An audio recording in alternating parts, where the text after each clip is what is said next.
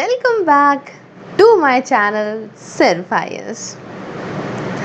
दोस्तों आज इस वीडियो के अंदर हम डिस्कस करेंगे बहुत ही ज़्यादा क्लियर तरीके से 3 जजेस केस को और अपॉइंटमेंट ऑफ जजेस को लेके काफ़ी ज़्यादा इंपॉर्टेंट डिस्कशन होगा। बहुत ही सिंपल तरीके से आपको सब कुछ समझा दूंगी। आइए शुरू करने से पहले चैनल को सब्सक्राइब वगैरह कर लीजिए।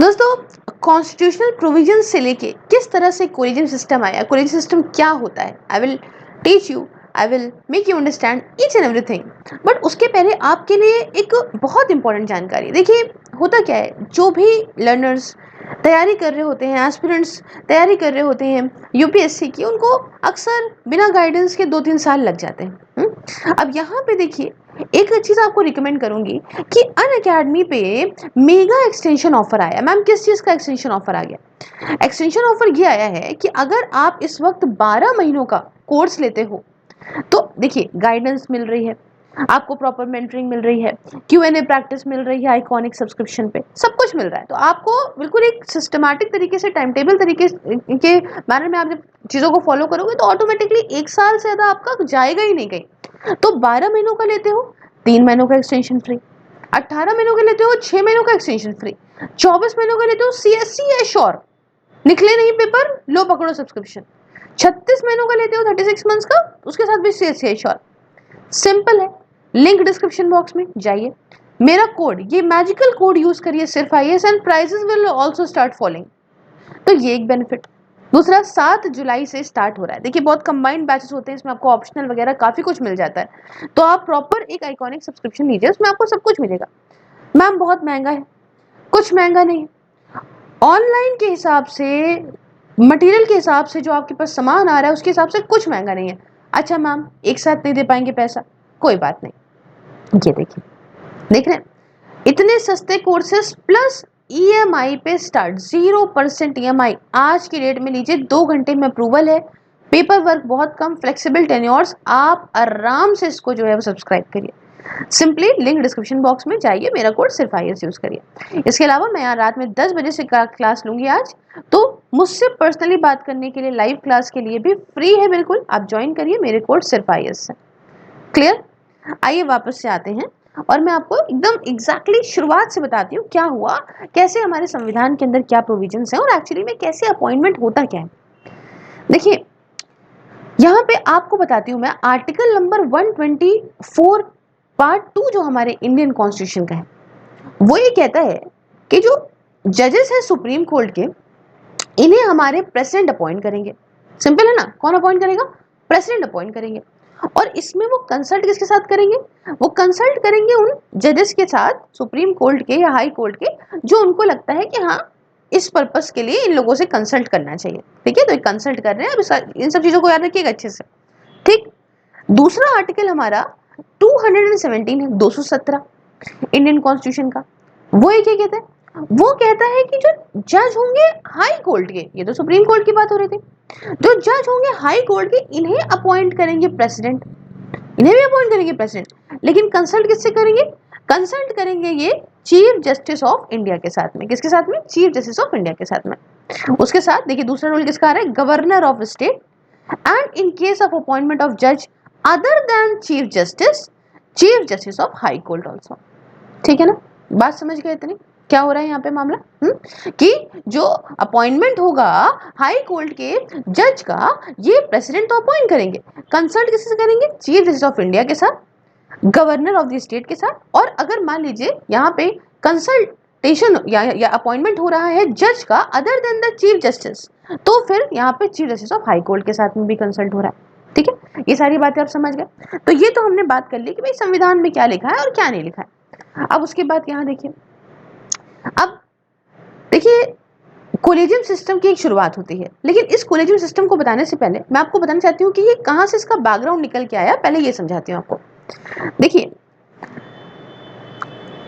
हुआ क्या था कि जो चीफ जस्टिस ऑफ इंडिया थे, है ना, अभी यहाँ पे मत जाइएगा, अभी मैं आपको थोड़ा सा बैकग्राउंड और समझाती हूँ। चीफ जस्टिस ऑफ इंडिया जो होते हैं वो ऐसा समझ लीजिए कि जब अपॉइंट होते हैं तो सीनियर मोस्ट जज को अपॉइंट किया जाता है। ठीक है, सीनियर मोस्ट जज जो है उनको अपॉइंट कर लिया जाएगा चीफ जस्टिस ऑफ इंडिया के तौर पर। ठीक है, तो आप कहेंगे मैम अच्छा ठीक है, मतलब समझिए कि सबसे सीनियर मोस्ट जज है उनको चीफ जस्टिस ऑफ इंडिया बना दिया। लेकिन क्या हमेशा ये हुआ? बीच में कहीं कुछ रुका हुआ नहीं, रुका।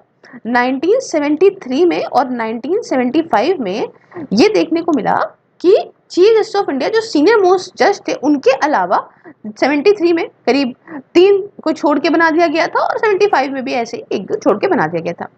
तो अब ये बात उठने लगी कि भाई कैसे क्या चीजें हुई, उसी के साथ थोड़ा बात होने लगी कि भाई अब जजेस को अपॉइंटमेंट को लेके और जो प्रेसिडेंट की कंसल्टेशन है, जैसे मैंने आपको यहाँ पे बताया आपको, ठीक है, प्रेसिडेंट की कंसल्टेशन जो है इसको लेके बात उठने लगी और इसी के चलते आप जानते हो वक्त के साथ साथ चीजें बदलती रहती है ना, और इसी को लेके बहुत सारी चीजें होने लगी। तो सबसे पहली बार जो आवाज उठी ये बात हुई है कुछ 1981 में एक केस हुआ था जिसे हम लोग फर्स्ट जज केस भी कहते हैं। इसमें SP Gupta versus union of India के बीच का केस हुआ था जिसे हम लोग कहते हैं नोन एज अ जजेस ट्रांसफर केस भी कहते हैं, फर्स्ट जज केस भी कहते हैं, जिसके बारे में हम प्रॉपर डिस्कस यहाँ पे करते हैं। देखिए तो हुआ क्या कि अगर मैं मोटे मोटे तौर पे बताऊं, अगर मैं इस सबका बिल्कुल निचोड़ आपको बता दूं, है ना, सार क्या रहा? सार ये रहा कि सिंपल ये कहा गया कि जो प्रेसिडेंट हैं वो यहाँ सीजेआई के साथ में, चीफ जस्टिस ऑफ इंडिया के साथ में कंसल्ट करेंगे। ठीक, कंसल्ट करना जरूरी है, बस कि हमने भैया कंसल्ट कर लिया, अच्छा ठीक, बाकी हम अपने आप देख लेंगे, हम तुमसे कंसल्ट करने आए फिर, ठीक है, इतनी सी बात है। तो ये जो गुप्ता केस हुआ दिसंबर 13, 1981 का, या आप कह लो फर्स्ट जज केस हुआ, इसने ये डिक्लेयर किया कि जो प्रिमेसी है चीफ जस्टिस ऑफ इंडिया की रिकमेंडेशन की, इनकी रिकमेंडेशन की ऑन जुडिशियल अपॉइंटमेंट और transfer can be refuse for cognizant reason. अभी मैं आपको समझाती हूँ क्या कहने जाते हैं, है ना। ये जो रूलिंग है इसने एग्जीक्यूटिव प्रिमेसी दे दी जुडिशरी को in the appointment, judicial appointment for the next 12 years. अभी थोड़ा समझाती हूँ और अच्छे से। देखिए ये जो गुप्ता केस रहा, फर्स्ट जज केस जो रहा, इसमें सुप्रीम कोर्ट ने ये कहा, held by a majority, that जो ओपिनियन है इन 3 कॉन्स्टिट्यूशनल फंक्शनैलिटी की, इसमें चीफ जस्टिस ऑफ इंडिया की जो ओपिनियन है इसमें कोई प्रिमेसी नहीं है of those other than the 2 in the member of matter of appointment जजेस। मतलब यहाँ पे प्रेसिडेंट बात तो करेंगे इनसे, कंसल्ट तो करेंगे इनसे, मगर कोई जरूरी नहीं है कि इनकी बात को मानेंगे ही मानेंगे या इन्हीं के हिसाब से ही अपॉइंटमेंट करेंगे। समझ रहे हैं इस बात को? तो सिंपल सा इस चीज को रखा गया और इसी को बोलते हैं फर्स्ट जज केस।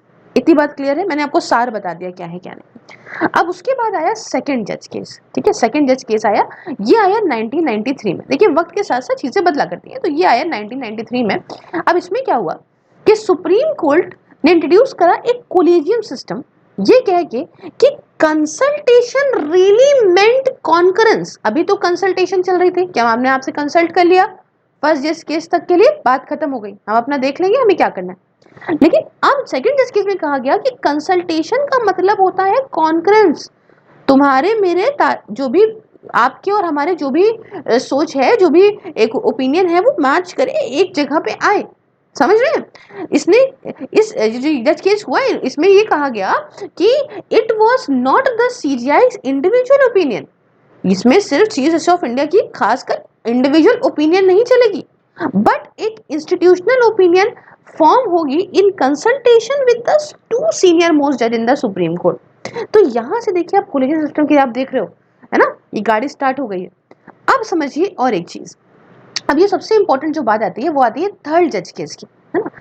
अब थर्ड जज केस में क्या हुआ, supreme court on president reference, supreme court on president reference, इसी में ही कोलेजियम, जो अभी पीछे बात हो रही थी कम लोगों के, कम जजेस की, अब इस कोलेजियम को एक्सपांड करा गया टू अ 5 मेंबर बॉडी। अब इसमें 5 मेंबर होंगे, 5 मेंबर होंगे मैम।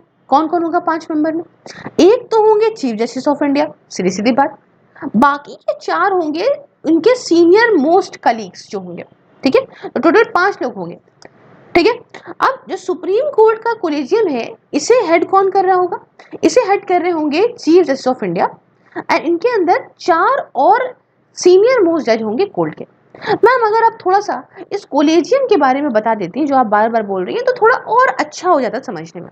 ठीक है, देखिए कोलेजियम सिस्टम क्या होता है, ये एक ऐसा सिस्टम होता है जो अपॉइंटमेंट का हो, ट्रांसफर का हो जजेस का, और ये जो है इवॉल्व हुआ है through a judgment of the Supreme Court, not by an act of the parliament. इस बात को याद रखिएगा, और by provision of the constitution. ये कैसे निकला है?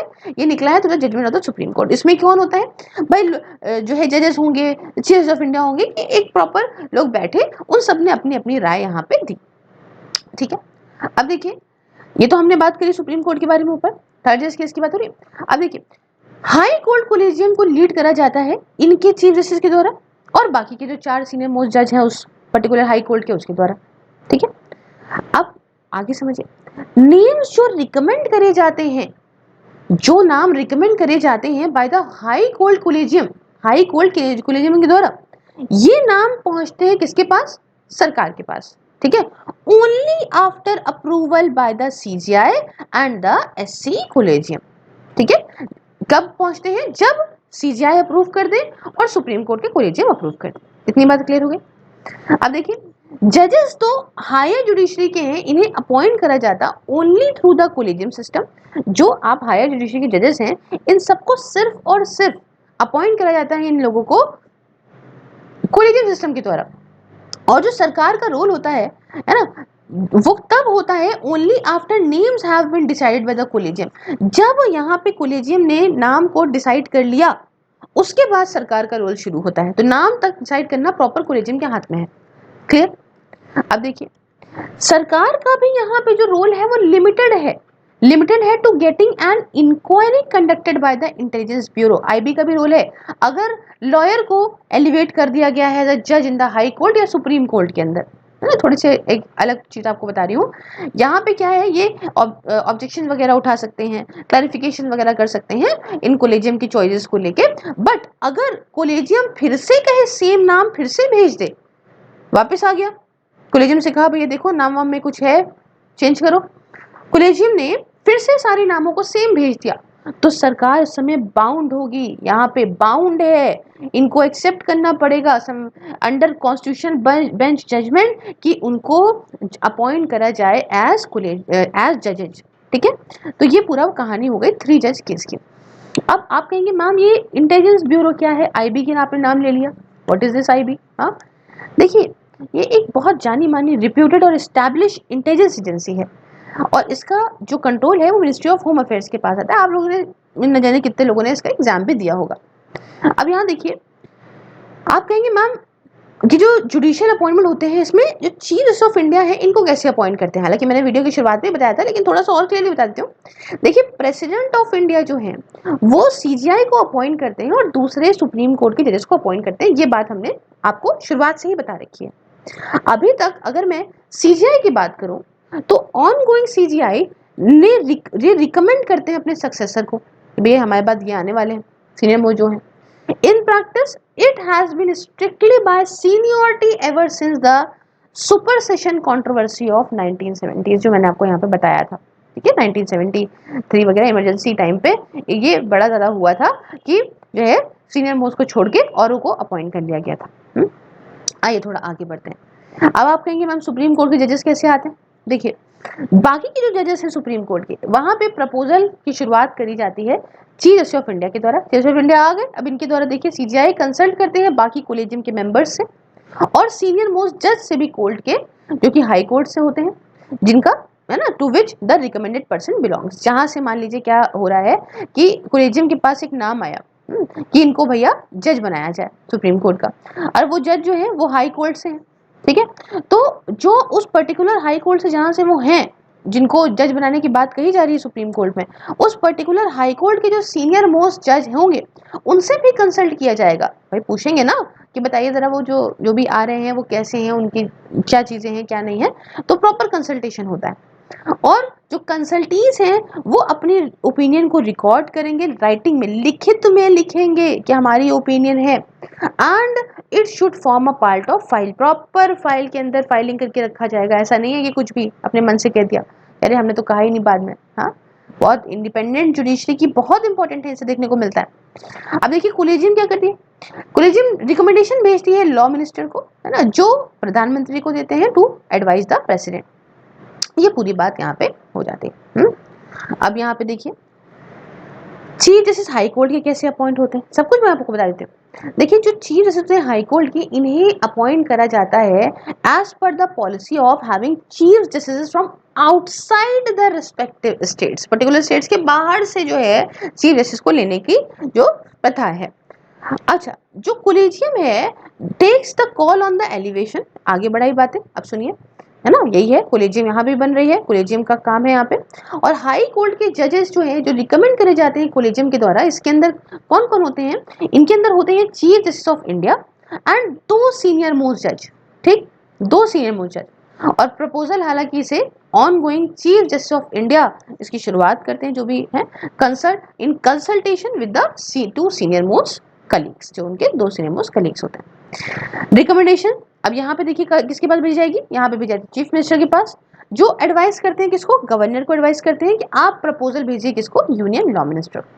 तो ये पूरी हमने यहाँ पे बात करी। मैम क्या ये जो कोलिजियम सिस्टम है बिल्कुल बढ़िया है, सर्वोपरि है, क्या कोई इसमें दिक्कत नहीं, कोई परेशानी नहीं? देखिए है दिक्कत परेशानी, यहाँ पे ट्रांसपेरेंसी की बड़ी कमी, बात कर ली बैठ के, अच्छा अच्छा अच्छा, तो अब भाई कैसे पता चल रहा है कि किस बेसिस पे कहाँ क्या कर दे रहे हो आप, रिकमेंड कर रहे हो, कहीं ऐसा तो नहीं है कि यहाँ पे भाई भतीजा बात हो जाए, नेपोटिज्म होने की भाव मतलब चांसेस है कि हम अपने जानने वाले को ले आते हैं, क्या दिक्कत है, सबने अग्री करा, हाँ हाँ हाँ सही रहेगा सही रहेगा, ये है ना। उसके बाद कुछ जूनियर जजेस होते हैं जो बड़े टैलेंटेड होते हैं, एडवोकेट्स होते हैं, वकील हैं, बहुत टैलेंटेड है, लेकिन उनको नोटिस नहीं करा जा रहा है, हाँ ये एक बात। पब्लिक कंट्रोवर्सीज बहुत सारी हो सकती हैं, है ना, जानते ही आजकल तो चीज़ें, आजकल क्या है चीज़ें इंडिपेंडेंट जुडिशरी की बहुत इंपॉर्टेंट है, और जरा बहुत भी गड़बड़ होता है तो बस जो है हिलने लग जाता है सब कुछ। ट्रांसपेरेंसी की कमी, पब्लिक कंट्रोवर्सी का इन्वॉल्व होना, नेपोटिज्म हो सकता है ना, और टैलेंटेड जूनियर जजेस हैं, एडवोकेट्स हैं, वो जो है रह जाते हैं यहाँ पे, उनके साथ दिक्कत हो जाती है कि वो नोटिस नहीं हो पाते। तो ये पूरी कहानी अब आगे यही है कि अभी मैं थोड़ा सा एनजेसी वगैरह के बारे में आगे बताऊंगी कि एक बॉडी को लाया गया जिससे ये कहा गया कि भाई अब ये बॉडी जो है वो सारा काम उस पर छोड़ दीजिए, बाकी सब देखा जाएगा। तो वो सब हम आपको समझाएंगे क्या है क्या नहीं है, और बस इतना ही वे फॉरवर्ड में कहना चाहती हूँ कि यहाँ पे एक ज़रूरत है, हालांकि जो बॉडी आई थी उसको जो है वो ये कह दिया गया कि भाई ये गलत है, कॉन्स्टिट्यूशन के हिसाब से नहीं है, संविधान जो है ये प्रोविजंस को अवॉइड कर रही है। तो हम चीज़ें और आपको समझाएंगे उसके बारे में, बट ये है कि हाँ एक ऐसी चीज़ होनी चाहिए, एक प्रॉपर मेजर्स लेनी चाहिए कि एक ऐसी बॉडी हो मेजर के साथ में, सब कुछ सोच समझ के साथ में, जो एकदम अनबायस्ड न्यूट्रल तरीके से जजेस को लेकर है, क्योंकि इंडिपेंडेंट जुडिशरी की is very very important. Clear? तो अब और चीज़ें मैं आपके सामने लाऊंगी, जजेस कैसे रिमूव करे जाते हैं, है ना, और बाकी सारी चीज़ें क्या हैं, that will very very important. बाकी आप याद रखिएगा अनअकैडमी का ये जो एक्सटेंशन ऑफर है ये 8 जुलाई तक ही है, तो आप इसे सब्सक्राइब जरूर करिए बाय यूजिंग माई कोड सिर्फ IAS, और लिंक आपको डिस्क्रिप्शन बॉक्स में मिल जाएगा। Thank you so much for watching, जल्दी मिलते हैं नेक्स्ट वीडियो में। जय हिंद, जय भारत।